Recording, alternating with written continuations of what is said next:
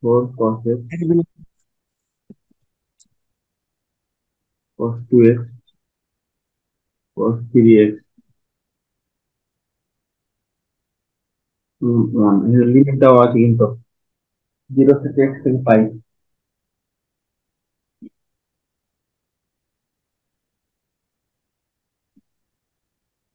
সেখানে আমরা টুকে ফেলার উদ্দেশ্যে এখানে নিলাম two cos two x, two cos x cos three x সমান ওয়ান, বা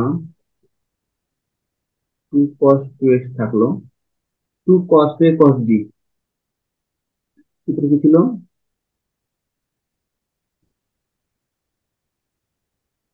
কস A plus B plus cos A minus B. এই যে এখানে কস টু এক্স পাচ্ছি, এই জন্য এখানে কস টু এক্স আলাদা ধরে নিয়েছিলাম। সেকেন্ড থিওরিতে আবার আসি,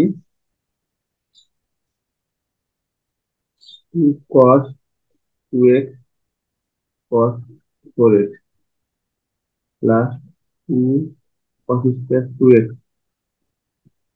সমান ওয়ান। বুঝছো না এটা? বা two cos two x cos four x. এখানে দেখেন তো, টু কস স্কোয়ার এ সূত্র কি জানি? টু কস স্কোয়ার এ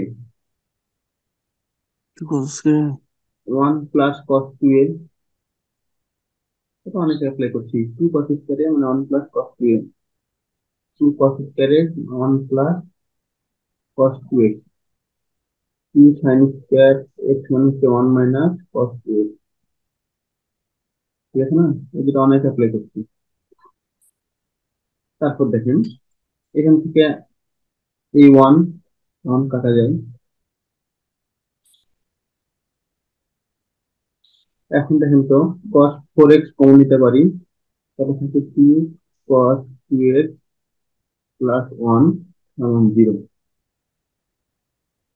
তাহলে cos 4x সমান 0, cos x ইকুয়াল টু 0 হলে সূত্র কি ছিল?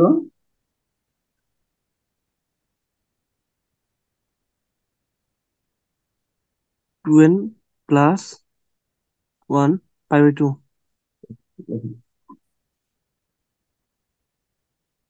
x equal to 2n plus 1 pi by n,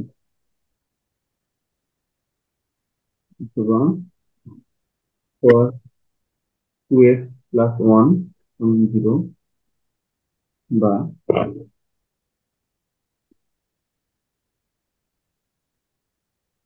cos 2x minus half,